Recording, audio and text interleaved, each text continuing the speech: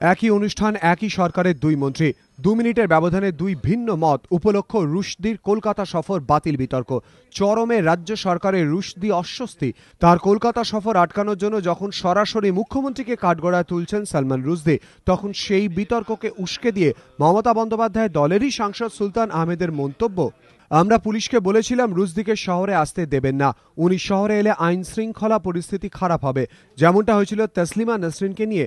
পেছন থেকে কোনো রকম কলকাঠি নাড়া নয়, আমরা সরাসরি রুশদির কলকাতায় আসার বিরোধিতা করেছি, রুশদির এই শহরে আসা বন্ধ করেছি। রাজ্য সরকার এই সিদ্ধান্ত নেওয়ার জন্য তাদের আমি ধন্যবাদ জানাচ্ছি। সুলতানের মন্তব্য প্রকাশ্যে আসতেই সমালোচনার ঝড়, বিভিন্ন মহল থেকে প্রশ্ন ওঠে, তবে কি সরকারের মনোভাবই উঠে এলো সুলতানের গলায়? বইমেলার প্রাঙ্গণে সেই প্রসঙ্গে বলতে গিয়ে রাজ্যের দুই মন্ত্রীর কথায় উঠে এলো দুই মত।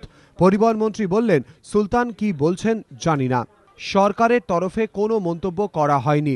অন্যদিকে মাত্র 2 মিনিটের ব্যবধানে একেবারে উল্টো পথে হেঁটে পঞ্চায়েত মন্ত্রীর বক্তব্য, আমাদের কথাই বলেছেন সুলতান। সুলতান আহমেদ কি বলেছেন আমি ঠিক মতো দেখিওনি। সরকার লেভেলে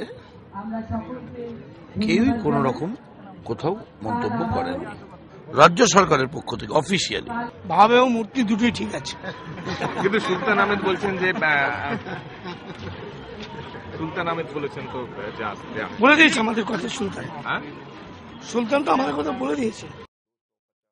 রাজনৈতিক মহলের একাংশের ব্যাখ্যা, একদিকে যেমন রহস্য তত্ত্ব খাড়া করে রুশদি কাণ্ডে দায় এড়াতে চাইছে গিল, তেমনি আপাত বিরোধী মন্তব্য করে সেই রহস্য কৌশলকে হাতিয়ার করেই বিষয়টিকে লঘু করতে চাইছে রাজ্য সরকার।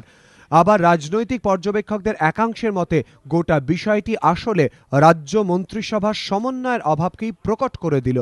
কৃষ্ণেন্দু অধিকারী, এবিপি আনন্দ, কলকাতা। তিনি একজন মেম্বার অফ পার্লামেন্ট।